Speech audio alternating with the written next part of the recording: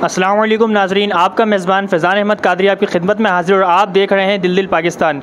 नाजरीन, इस वक्त मैं मौजूद हूँ दिल्ली कॉलोनी में गली नंबर 9 में, और यहाँ पर मैं काउंसलर के ऑफ़िस में आया हुआ हूँ जो कि शेख बाबर जमाली साहब हैं, जो आजकल ये बिलों का मसला चल रहा है के इलेक्ट्रिक की तरफ से, और इन्होंने फ्यूल एडजस्टमेंट के नाम पर गरीबों पर बहुत जुल्म किया हुआ है। इस हवाले से हम यहाँ ऑफ़िस में आए हुए हैं और यहाँ पर हम देखते हैं और यहाँ पर लोगों से भी जानेंगे कि वो इस नाइंसाफ़ी के बारे में क्या कहते हैं, और जो 200 यूनिट से अबव जिनके यूनिट जले हैं और उनके बारे में क्या गवर्नमेंट ने आगे राय अमल तैयार करा है। आइए यहाँ पे काउंसलर साहब भी बैठे हैं, उनसे ही बात करते हैं। ऑफिस में आप लोगों के मसले हल कर रहे हैं, तो आप ये बता सकते हैं कि क्या लोगों की यानी कि लोग क्या मसले आपके पास लेकर आ रहे हैं और इसका क्या आगे रद्द अमल निकल रहा है? जनाब, पहले तो आपका मैं शुक्रिया अदा करूँगा। दूसरी बात यह है कि असल में जब फ्यूल एडजस्टमेंट चार्जेस के हवाले से जो है इशू चला, तो मैं फौरी तौर पे के इलेक्ट्रिक के ऑफ़िस गया और उनके सीईओ साहब को भी मैंने एक लेटर हेड लिखा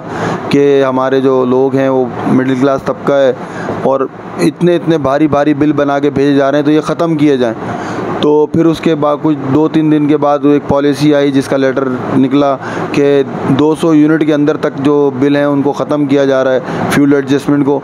तो फिर मैंने अपने जो वार्ड के लोग हैं उनके बिल वगैरह लेकर अब तक हमने जो है 1160 बिल जो हैं वो करवा दिए हैं, लोगों को फैसिलिटेट किया है जो 200 यूनिट के अंदर हैं। अभी आज मुझे पता चला है कि 9 सितंबर की डेट दी गई है कि इलेक्ट्रिक के अफसरान को और नेपरा को जो केस लगा हुआ है सिंध हाई कोर्ट में इस फ्यूल एडजस्टमेंट के हवाले से, तो उस हवाले से ये फ़ैसला आना था। लेकिन अभी क्योंकि मिफ्ता इस्माइल ने कह दिया था कि 300 तक के जो बिल हैं यूनिट के उनको भी करने की वो कर रहे हैं, लेकिन अभी जब ये फ़ैसला आया है तो अभी वो होल्ड पे चले गए।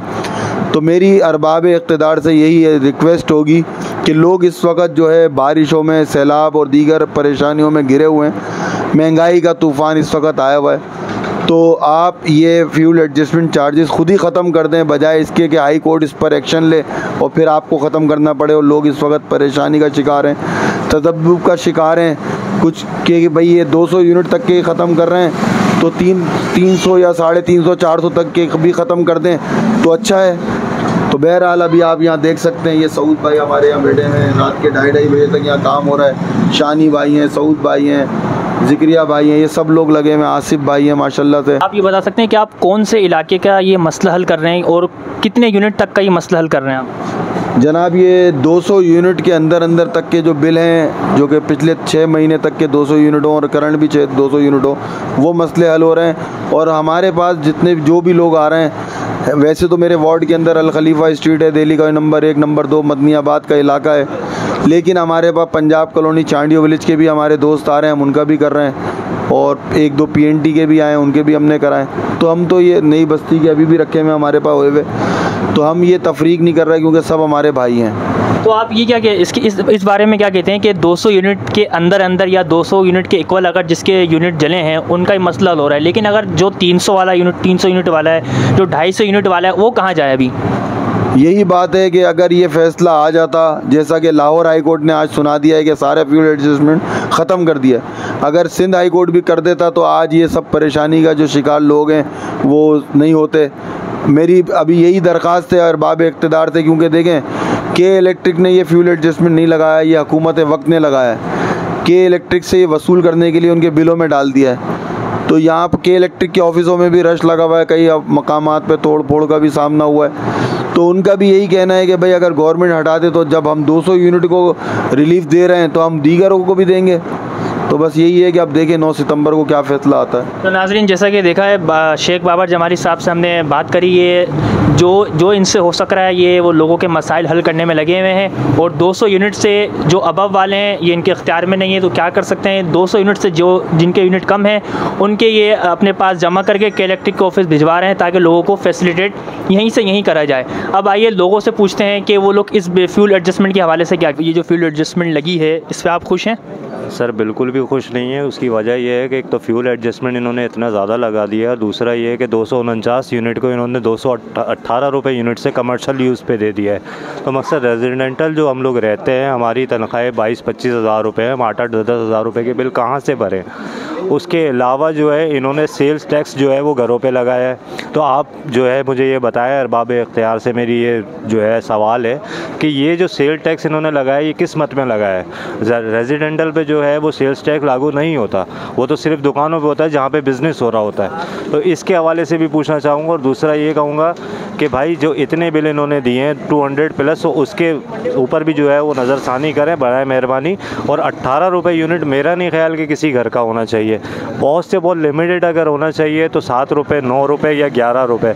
लेकिन इन्होंने बहुत सारे लोगों के कमरे तोड़ दिए हैं, बहुत सारे, क्योंकि कराची में तकरीबन मिडिल क्लास तबके की जो हमारी एक इक्वलिटी लगाई जाए तो वो तकरीबन मेरा ख्याल है 60% है। 40% जो है उसमें से गाले आप 10% बिल्कुल लो है और 30% जो है वो हमारे पैसे वाले। आपका बिल कितना था? क्या इशू था? आप यहाँ आए, आपका मसला हुआ क्या? आपके बिल के साथ क्या इशू है?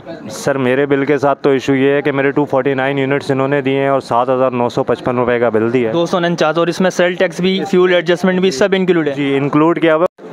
तो नाज़रीन जैसे कि देख सकते हैं ये भाई का जो बिल अभी जिनसे हम बात कर रहे थे उनके बिल बताइएगा। सर ये 249 मेरे यूनिट्स आए और इन्होंने मेरा जो बिल भेजा है वो भेजा है 7,955 रुपये का।